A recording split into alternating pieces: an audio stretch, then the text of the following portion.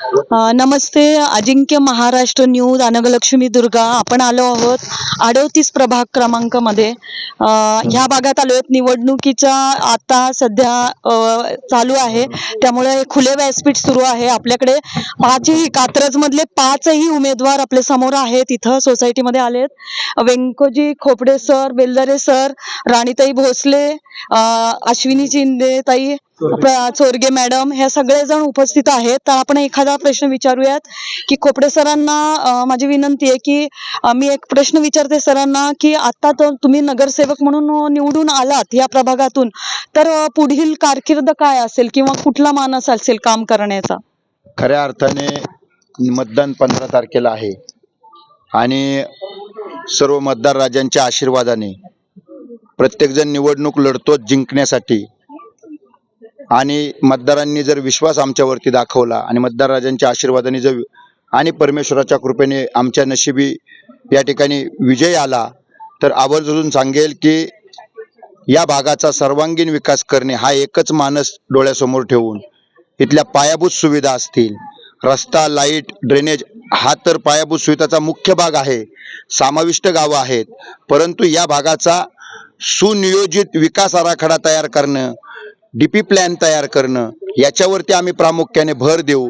आणि त्याच्या आधारे या भागामध्ये नुसतं रस्ता, लाईट याच्या पुरता मर्यादित विकास न राहता त्या ठिकाणी या भागामध्ये खेळासाठी ग्राउंड असेल, मुलांना एखादं सरकारी रुग्णालय त्या ठिकाणी करणं या दक्षिण पुण्यासाठी.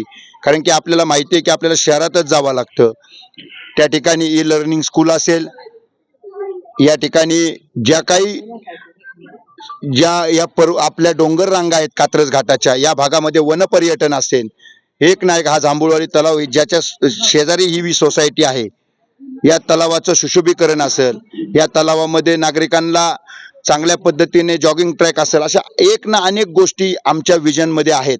आणि पक्षाचं विजनच आहे. आम्ही काल पाहिलं असेल, देवेंद्रजींनी पुण्यामधली पहिली सभा ही आमच्या कात्रजच्या याच प्रभागात दिली आणि देवेंद्रजींनी पुणे शहर महानगरपालिकेचा शुभारंभाचा नारळ आमच्या प्रभागामध्ये त्या ठिकाणी फोडला.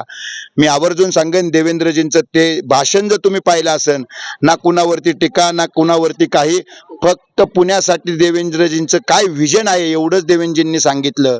आमच्या नेत्यांचं विजन जे आहे त्याच विजनच्या पाठीशी राहून नेते जे आम्हाला सांगतील त्याप्रमाणे आमचं विजन या प्रभागासाठी राहील. देवेंद्रजींनी ज्या पद्धतीने सांगितलं की पुण्यामध्ये ज्या पद्धतीने ट्रॅफिकची कोंडी झाली, पुण्यात आता जमिनीवरून रस्ता करणं अशक्य झालं, इतक्या बिल्डिंग्स जमिनीवरती झाल्यात, आता का बिल्डिंग पाडायच्या? मग देवेंद्रजींनी सांगितलं आम्ही पुण्यासाठी एवढा मोठा प्लॅन केलाय की आता पुण्यामध्ये सगळे रस्ते आम्ही पातळातून करणार आहे. पातळातून रस्ते करणार. ते म्हटले का शक्य आहे?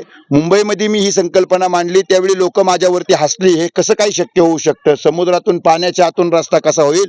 पण कोस्टल रोड सारखा रस्ता त्या ठिकाणी विकसित करून देवेंद्रजी बोलले मी मुंबईची गुदमरलेल्या ट्रॅफिकचा श्वास त्या ठिकाणी मी सोडवण्याचा प्रयत्न केला, त्या धर्तीवरती काम करणार आहे मी. या प्रामुख्याने पुणे शहराचा हा विषय आहे, पण या भागामध्ये त्याच विचारांनी आम्ही काम करू एवढंच या निमित्ताने सांगतो.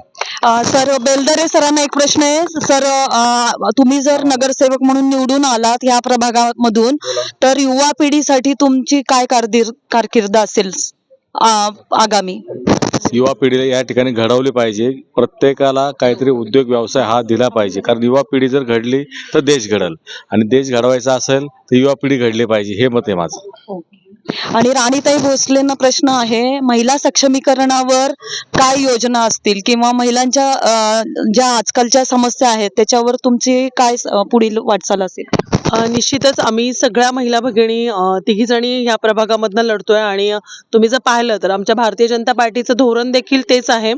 पूर्ण पुणे शहरामध्ये जेवढं आरक्षण आहे त्यापेक्षा भारतीय जनता पार्टीने जास्त महिलांसाठी जागा दिलेल्या आहेत. आम्ही सर्वजणी सावित्रीच्या लेकी पुण्याच्या ह्या वाटचालीमध्ये खूप मोलाचा वाटा ठेवू. आणि तुम्ही जे विजन विचारलं तर लाईट हाऊस असेल की ज्या माध्यमातून अनेक महिला स्वतः प्रशिक्षित होऊन स्वतःच्या पायावरती उभ्या राहतात, जे मी माझ्या मागच्या प्रभागात काम केलंय तेच विजन घेऊन ह्याही प्रभागात तेवढ्याच जोमाने आणि तेवढ्याच आत्मविश्वासाने काम करणार आहे. धन्यवाद. अजिंक्य महाराष्ट्र न्यूज पाहत राहा सविस्तर. ओके.